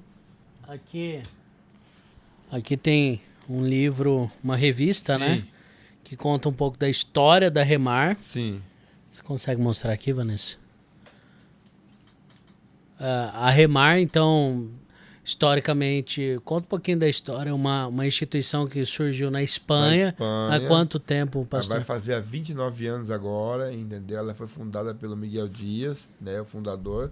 Ele ainda é vivo, entendeu? Ele começou um trabalho, né, missionário dentro da sua própria casa, trazendo, né, pessoas para dentro da sua própria casa, né, muitas vezes sendo roubado, muitas vezes perdendo bens materiais, mas acreditando no amor ao próximo. Tanto é que o slogan da Remar é esse: por amor a Deus e ao próximo, entendeu? E ali foi se crescendo, foi se expandindo, e é uma obra também que nasceu no coração de Deus. Se ela não tivesse nascido no coração de Deus, ela não tinha tomado tamanha proporção. Ô pastor, deixa eu te fazer uma pergunta. O senhor tem um irmão gêmeo? Não tenho. E o Fábio Assis? Então, isso daí foi um erro na digitação. Lá, na digitação, infelizmente, aí, né? Mas ficou dessa forma aí. Então também tem os trabalhos sociais oferecidos para a Remar, que é o projeto Mãos Abertas, né? Que é cadastrado, famílias que não têm condição, né? Ainda muito mais agora nessa pandemia, né? Tem família que está passando que não tem o de comer dentro de casa. E graças a Deus, além de a gente poder ajudar o dependente químico, a Remar também tem o projeto Mãos Abertas. O que é o projeto Mãos Abertas? O projeto Mãos Abertas é de famílias que são cadastradas, que recebem mensalmente uma ajuda com uma cesta básica ou algum outro tipo de alimento, entendeu? Em suas mesas, entendeu? Pessoa de vulnerabilidade social. Tem o street food, que é a comida de rua. A Remar tem os trailers, né? Antigamente tinha um restaurante solidário, era só em São Paulo. Mas, devido à pandemia, devido a que não poder ter aglomeração, a Remar começou a fazer um trabalho street food, comida de rua. Pega o trailer, né, bota os alimentos, né, e vai nas comunidades carentes, sai distribuindo para as pessoas na rua. E através, né, da distribuição de alimento, a gente oferece a busca ativa.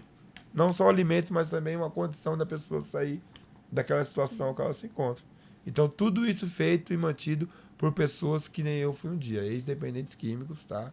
Ex-ladrões, ex-pessoas que viveram o mundo da escuridão, hoje são envolvidas pelo poder de Deus para poder fazer o bem ao próximo. E graças a Deus, nós temos colhido bastante fruto e temos as nossas casas tudo cheia, uma pandemia dessa, né?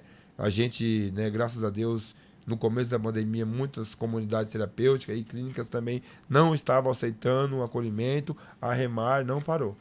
Graças a Deus, a Remar não parou, não nos faltou nada. Deus tem provido tudo do bom e do melhor. Tanto é que a gente tem, né, se vocês acessarem a rede social da Remar, você vai ver os trabalhos sociais que estão sendo feitos aí por todo o Brasil. A gente levando o alimento para famílias que estão passando por dificuldade, né, e a gente tendo essa oportunidade de ser canal de bênção, de poder levar, entendeu, uma comida, entendeu, levar um sorriso, uma esperança para a vida de Lares. E a gente está aí fazendo essa obra missionária aí, representando esse projeto. Pastor, o senhor sentiu na pele, as histórias que o senhor está contando agora, as histórias não são algo que o senhor ouviu falar. São coisas da sua vivência. Nesses 9 anos que o senhor está aí trabalhando com a Remar, que tipo de situação o senhor acabou vendo nas ruas que pode falar que chamou muito a sua atenção?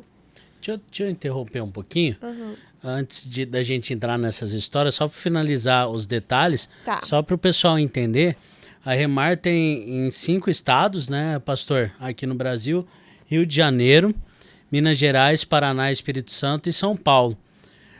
As pessoas do Brasil, de outros lugares, né, que quiserem ajuda da Remar, precisam vir para isso. Sim, sim. Precisam se deslocar.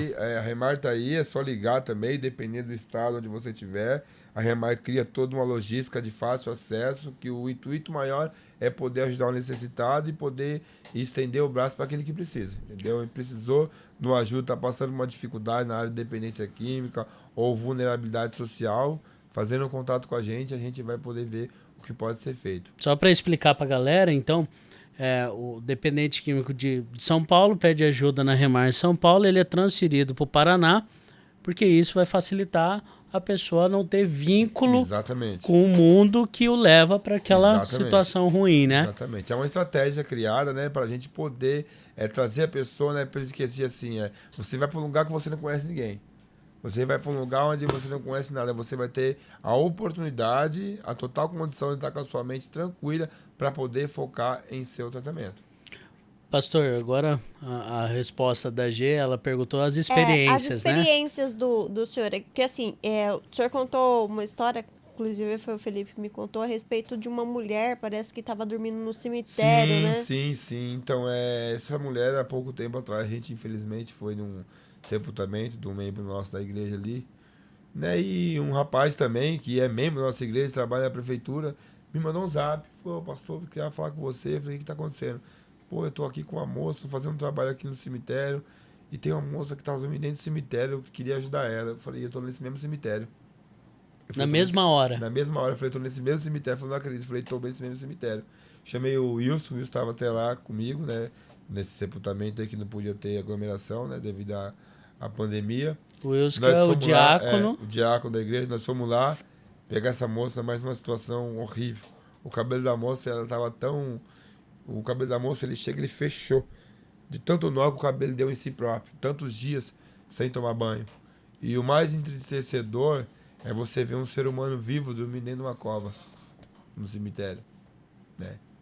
E essa mulher começou a relatar para mim como que era tudo à noite ali, como que era a condição, que ela tinha que se esconder dentro dos túmulos para dormir, até mesmo para não ser visto pela guarda do próprio cemitério, né, para não tirar ela dali.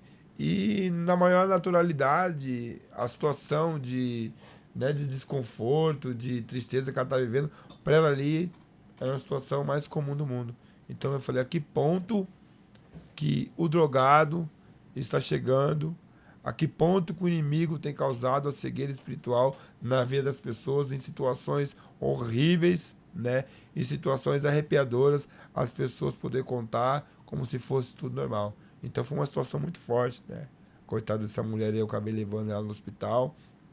Ela estava com tuberculose, né? Ainda corremos esse risco, né? Graças a Deus, Deus nos protegeu, mas ela estava com tuberculose. Ela ficou internada, mas infelizmente, devido à abstinência que existe, ela acabou se evadindo do próximo hospital e sumindo. Eu não sei onde é que ela está, né? Mas eu sei que, graças a Deus, no momento de dificuldade dela, né, eu ainda pude estender o braço junto com minha equipe, com os meninos, em poder levar uma esperança na vida dela. Só que, infelizmente, a vontade do mal, né, falou mais alto sobre a vida dela. Então, eu não sei se ela se encontra na rua, ou até mesmo se ela se encontra viva, mas eu sei que ainda eu pude levar ela no hospital. Eu lembro quando ela chegou em casa, tomou um banho, toda fedendo. Nossa, quanto tempo que eu não tomo banho. Que alegria por tomar um banho, ela falou assim. Ela levei ela na igreja com nós no culto. Eu preciso falar. Eu falei: fala, irmã. Aí eu quero agradecer porque eu tomei um banho hoje. Coisa mais simples do mundo. Um ser humano, em sã consciência, foi ouvir da boca daquela mulher a felicidade, a alegria que ela teve de poder tomar um banho. Embora foi por um momento, né? Porque o desejo da droga depois tornou a falar mais alto e fez com que ela desistisse daquilo que nós tínhamos planejado para ela e que Deus tinha planejado também. Pastor, teve uma outra referência em filme que, cara, eu acho que cabe. Tem um filme que o rapaz, ele faz salvamento em alto mar. E aí ele é treinado por um outro cara, eu esqueci o nome desse filme, é um filme muito forte, assim, que esse cara foi um dos melhores salva-vidas. Só que o menino que chegou, ele competia com esse cara. Ele queria rebater os recordes. Então toda vez ele perguntava: quantas pessoas você salvou? Quantas pessoas você salvou? E o cara era o referência. E aí me veio essa pergunta: quantas pessoas você salvou? E eu senti dentro de mim essa memória: O cara respondeu 23. Daí o cara assustou, falou, nossa, 40 anos de profissão, só 23? Ele falou, 23 eu perdi, as que eu salvei não importa.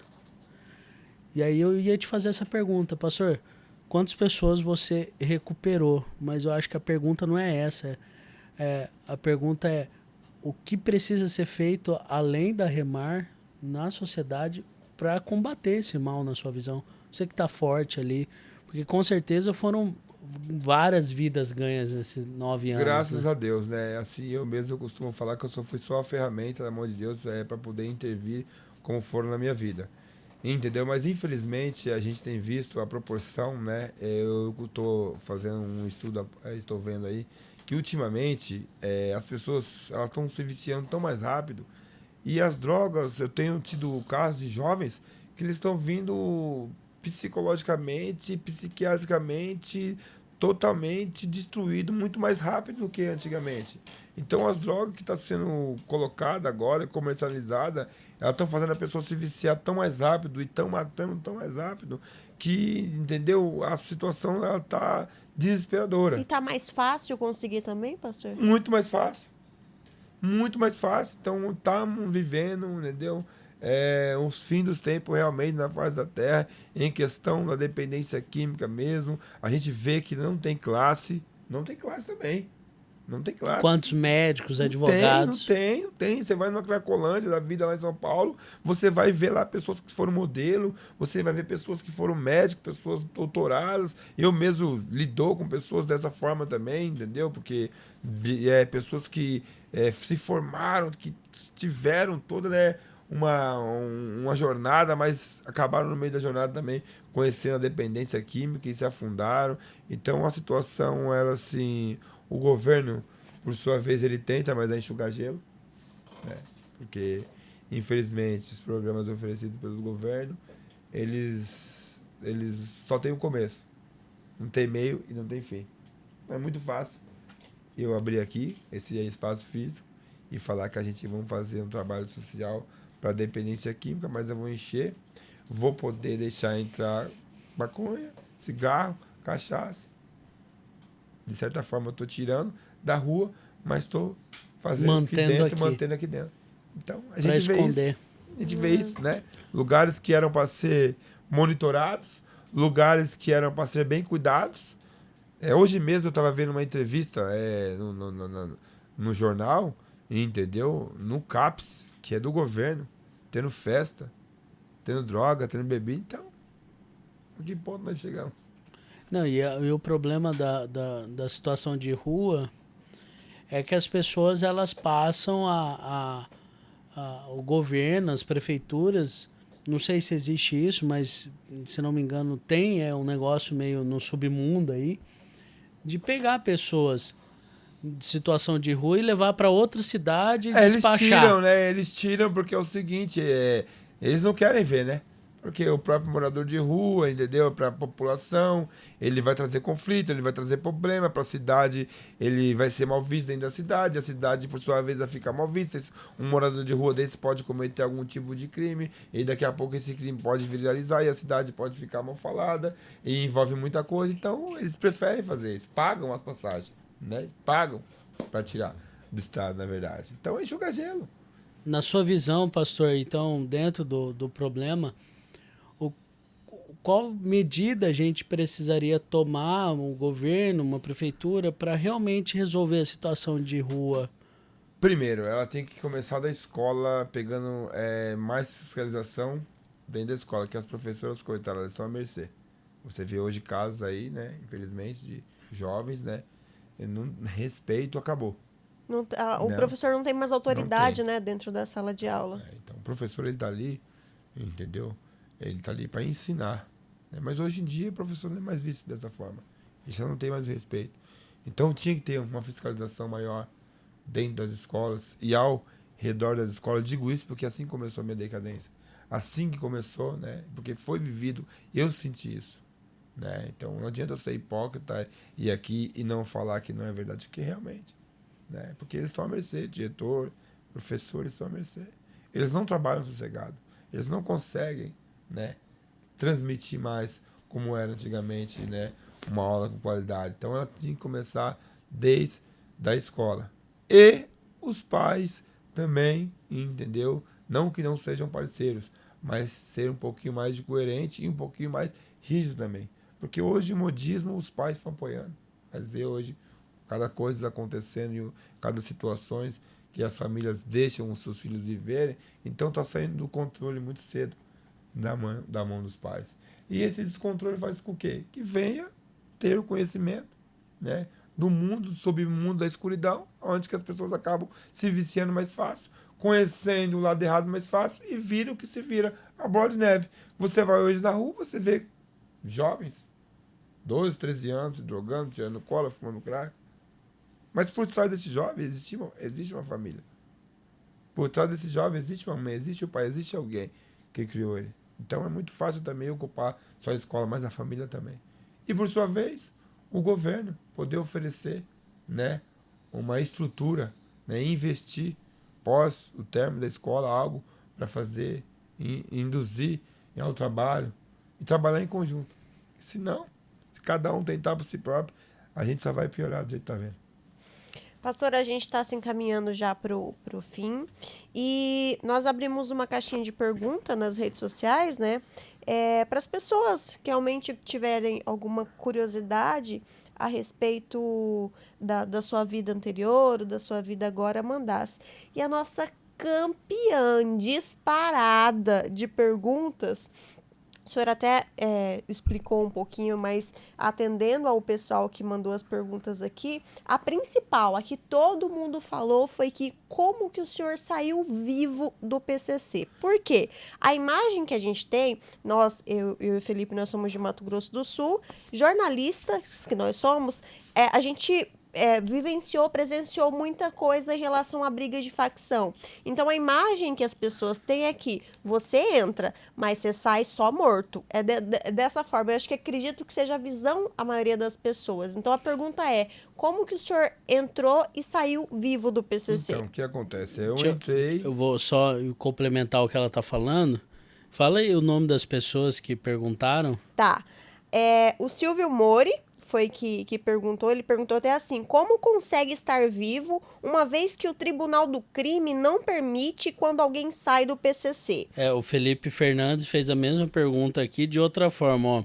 Como você se tornou ex-integrante sem morrer? Não existe regras? Agora ela. O Patrick Lima também perguntou, sair desse mundo do PCC é difícil? Teve ameaças ou eles respeitam por você ter se tornado pastor? Esse já virou uma vertente diferente, mas é nessa questão da saída também. O Felipe Nicolau, como foi o processo de desligamento do PCC? Outro, o Francisco do marketing. Ele sofre ameaças do pessoal do PCC por ter saído do grupo? Como foi a negociação para sair do PCC? Porque geralmente só sai morto. Então, Jones Figueiredo.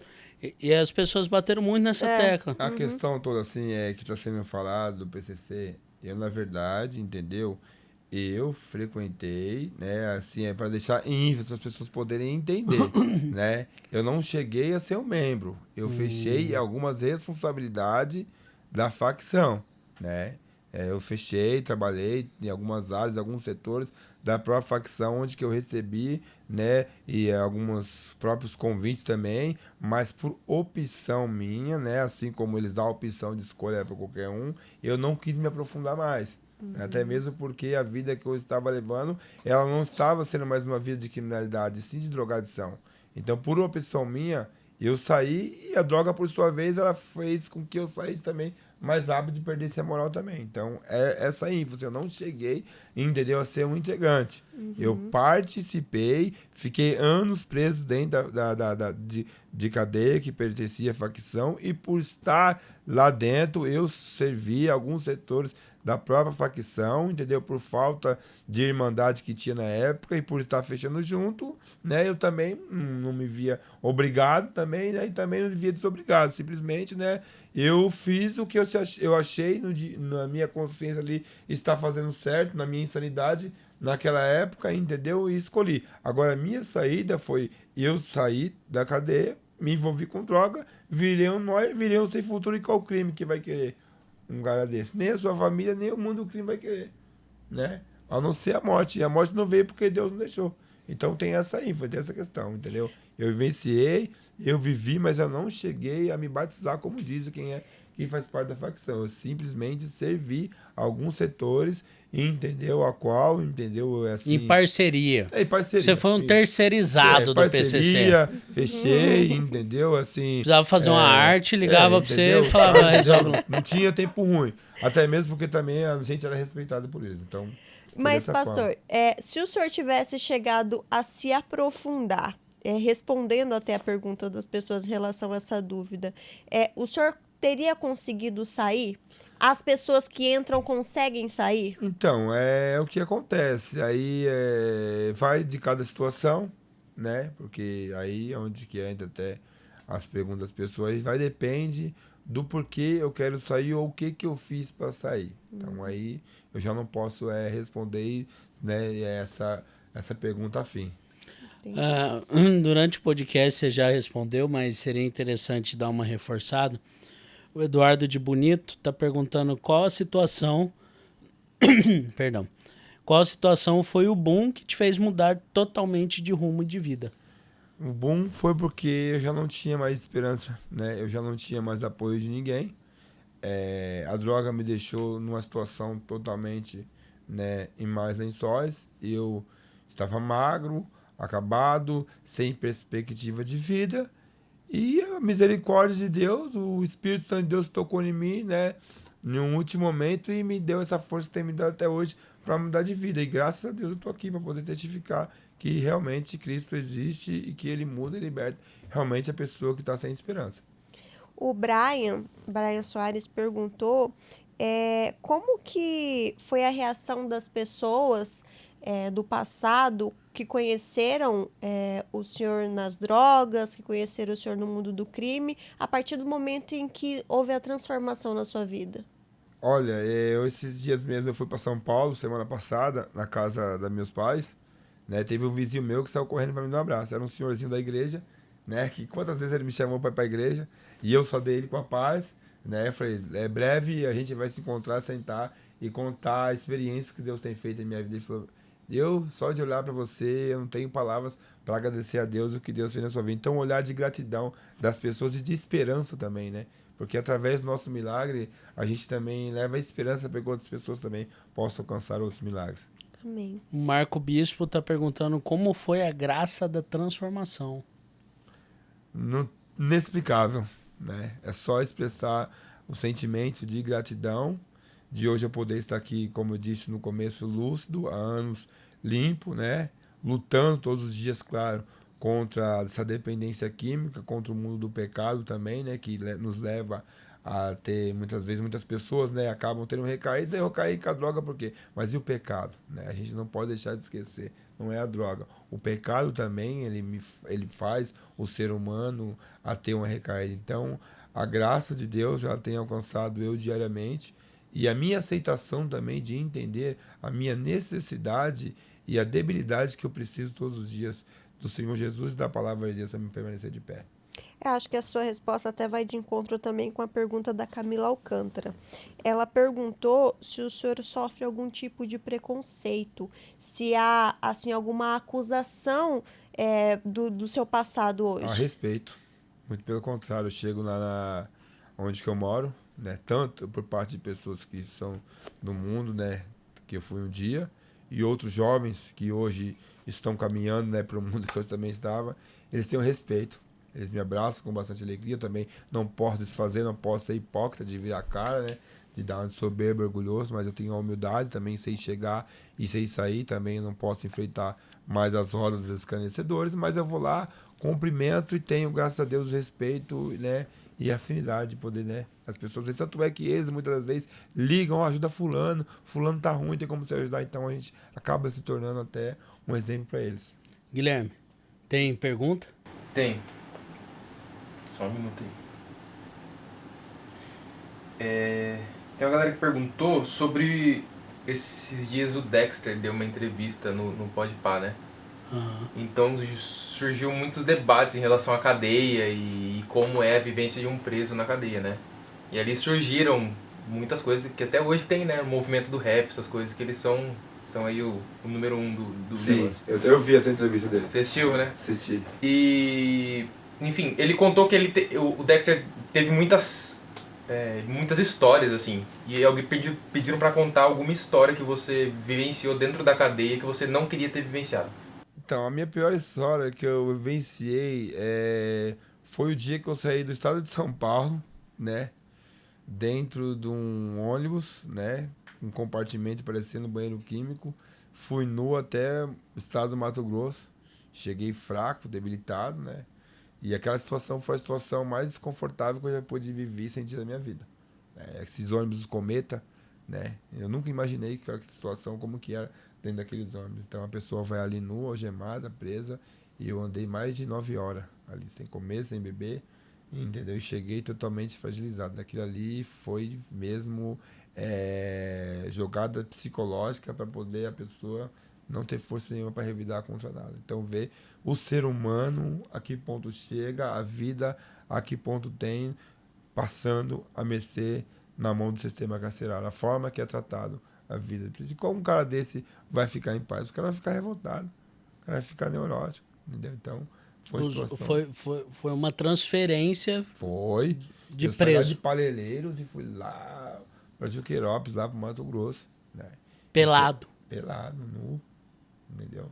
Dentro de um ônibus algemado, e esse ônibus ele tem alguns compartimentos, não tem banco, né? Ele é dividido no meio, e no lugar dos bancos é um compartimento parecendo um banheiro químico cada um, e ali vai cada preso sozinho, separado, só tem uma bolinha de vidro na porta, que o cara acende a luz de vez em quando e vê se tá vivo. Então aquilo ali, você vai brigando com o seu pensamento, é tudo escuro, e você vai ali algemado, daqui a pouco você tá suando frio, você tá passando mal, tá vomitando, e você tá indo embora. E 9 horas parece uma eternidade. Ixi, meu amigo, isso daí é terrível. Psicológico, teste psicológico dos piores que você pode imaginar. A sensação, entendeu? O calor, você não chega isso aqui, ó. Na tua mão. Pra um presidiário, assim, o cara, né, entrou no crime e tal, foi preso. Pra ele é pior morrer ou ficar mais um ano na cadeia? Olha, assim... Eu vou repetir a pergunta, porque está longe do microfone. O Guilherme perguntou o seguinte: na visão de um presidiário, para ele, é pior, ele prefere morrer ou passar mais um ano preso? Então, aí depende da situação, né? Porque você vai ficar um ano preso, você pode também correr o risco, né?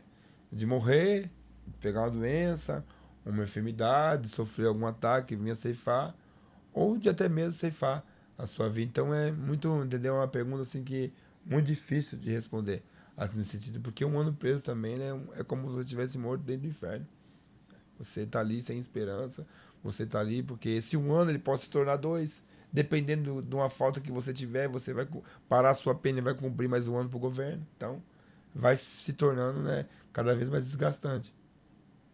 Mais alguma pergunta? Vanessa? Eu vou fazer, acho que pra gente finalizar aqui as perguntas, a Emanuele Tavares, ela mandou várias perguntas aqui, mas acho que no decorrer do vídeo o senhor acabou respondendo, então eu vou fazer 2 em uma. Ela perguntou, como pastor, o que o senhor diria para um jovem que está no mundo do crime hoje, que possa estar nos ouvindo ou nos vendo, e como que as pessoas podem contribuir com o seu ministério? Então, como pastor, né, como pai de família também, né, como um ser humano, eu daria e dou até hoje, né, conselhos para o jovem: obedecer, respeitar, né, pai, mãe, entendeu? Valorizar as oportunidades que tiverem sobre a vida, né, evitar lugares, pessoas, entendeu? Para poder, daqui a um tempo, daqui a uns anos, poder ser alguém na vida. Porque aqueles que não obedecem, aqueles que estão fazendo as suas próprias vontades, infelizmente, você pode ver pelas ruas aí como é que estão, se acabando e perdido e sem esperança e com a família destruída, sofrendo dentro de casa. Então, para você jovem que está assistindo, para você família que está vendo tudo isso, por mais que seja difícil, a gente sabe, essa juventude hoje, ela querer obedecer, ela querer respeitar o pai e a mãe, isso sim tem um fundamento, isso sim é necessário e primordial, e diante dos olhos de Deus é necessário, porque o filho tem que honrar, tem que respeitar o pai e a mãe. E o respeito e a obediência, ela vai gerar bênção na sua vida, pode ter certeza. Aí a segunda que ela perguntou é que como que as pessoas podem ajudar o Remar, se tem alguma forma Então, de a ajudar. Remar é o seguinte, a Remar ela tem a rede, a área social da Remar, né, Facebook, entendeu? YouTube, você pode acessar para conhecer, para se aprofundar mais, né, no projeto Remar, né? A gente também está aí com as portas abertas para poder ajudar você, família que está assistindo aí, que tem um parente seu passando por alguma dificuldade. Eu sou a prova viva de que há uma esperança, de que há uma saída, entendeu? Mas só há uma maneira também, é se convertendo a Cristo, é nascendo de novo todos os dias, é aceitando todos os dias o desafio de andar de obediência à palavra de Deus. E a Remar, ela sim, ela precisa de mantenedores, ela precisa de colaboradores e de ajudadores, porque a demanda de pessoas que chegam até a gente, ela tem se tornado grande diariamente, né? De pessoas alcoólatras, viciadas, de famílias carentes, de mãe passando fome. Se você acessar, você vai ver alguns vídeos dos trabalhos sociais que a gente faz. Então a gente tem, né, os nossos números de telefone, tem o site da Remar que você pode acessar para conhecer melhor, tem o Pix, você pode colaborar e ser um voluntário, um colaborador, mesmo estando de longe, poder ser um semeador semeando uma vida. Com certeza. Só uma história engraçada agora, pastor. A gente foi fazer uma visita num sítio lá perto, na cidade perto de Maringá. E o pastor Eduardo, que está lá, nos recebeu, nos atendeu. E foi uma coisa muito engraçada, porque o lugar é maravilhoso, né? Um lugar lindo, cara. Parece você ir lá para passear é a mesma coisa, uma fazenda. Hotel fazenda. Um hotel fazenda. Sim, Né? As unidades são assim, internação. Então é impressionante, assim, o lugar que as pessoas ficam alojadas, o ambiente de paz extrema, né? Aí eu falei na brincadeira, pastor, não posso vir pra cá não e ficar aqui longe da minha mulher, né? Casa, a mulher braba, né? Ela. Aí ele falou, ora pois, ele é português, né? Português, né? Ora pois, tu não sabes? Mas veio um cara e falou que queria ficar e ficou 2 meses aqui. 2 meses pra ficar longe da mulher. Pra ficar longe da mulher. Sim. É porque o lugar é um lugar, ali é um de lugar paz. propício de paz, pra pessoa poder, né, colocar a mente em dia, poder... Mas não fica o recado, viu? Se for dessa forma, vai ajudar, né, pastor? Vai ajudar. Tem que ir lá ajudar, né? Não adianta. Vai ser um Exatamente. colaborador, um O voluntário. cara vai achar lá. que é e um as spa, portas né? também tá aberta, né? Exatamente. Pro público conhecer também, né? Às Sim. vezes eu tenho, né, hoje a gente acostumado a fazer internações, tem família que, antes de ela internar, ela quer conhecer tudo primeiro, achando que a pessoa vai ficar amarrada, vai ser maltratada. Então, tá aberto pro público conhecer, as portas estão abertas, qualquer pessoa que necessitar e quiser, uma ajuda quiser conhecer primeiro, não tem problema, é aberto para qualquer tipo de público. Beleza, então. Suas considerações? Vamos finalizar. A gente vai deixar aqui certinho na descrição, né? Endereço Sim. do site, telefone, Pix também do pessoal que quiser ajudar a Remar. Agradecer, pastor, pela sua presença aqui. Realmente eu acredito que a sua história é triste, mas ao mesmo tempo edificante, sabe? Realmente para a gente enxergar. A gente só consegue imaginar, porque a realidade foi o senhor que viveu, sentiu na pele, mas realmente que sirva de ensinamento para não só jovens, mas adultos que estiverem ainda nesse mundo do crime, saiba que realmente tem solução, que dá para sair disso. Com certeza. Então, muito obrigada pela sua vida, que Deus abençoe muito o senhor. Eu também agradeço vocês uma vez mais, né? Vocês aí, toda a sua equipe. Né? E fica aí o convite, né? O conselho para você jovem aí, entendeu? Que está aí começando agora no mundo errado, e você que está aí sofrendo, e você família que está nos ouvindo, né? Existe uma solução, existe uma saída, e se chama Jesus Cristo. É o único caminho que pode trazer a sanidade e a liberdade para as vossas vidas. Obrigado.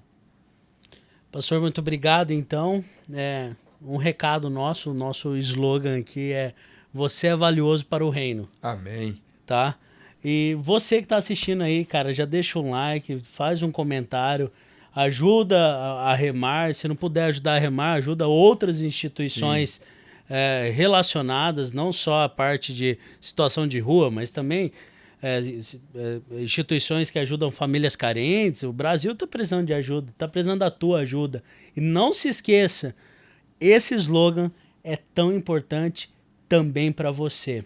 Você é valioso para o reino. Beleza? Até a próxima. Tchau, Deus gente. abençoe.